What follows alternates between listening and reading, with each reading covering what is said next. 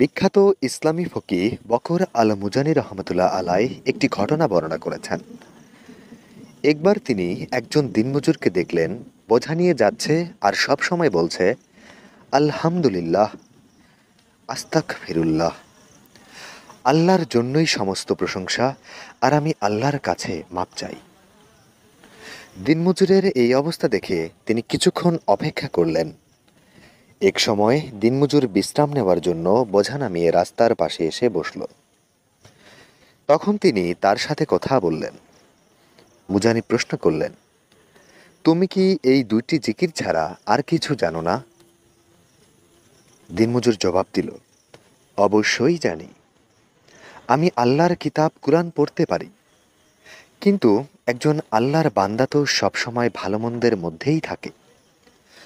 কখনো কোনো ভালো আমল করে, আবার কখনো গুনাহ করে ফেলে।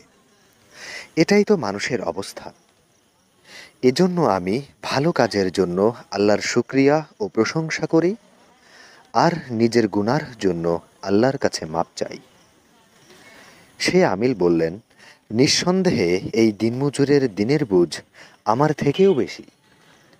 অনেকে ভেবে পান না আমি কি নেক আমল করব, অথচ নেক আমলের সংখ্যা ও বৈচিত্র্য এত বেশি উপায়ে নেক আমল করা সম্ভব, যা বলে শেষ করা যাবে না।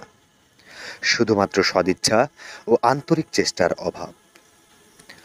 রাসূলুল্লাহ সাল্লাল্লাহু আলাইহি ওয়াসাল্লাম বলেছেন, ছোট হলেও যে আমল নিয়মিত করা হয় সেটাই আল্লাহর কাছে অধিক প্রিয়।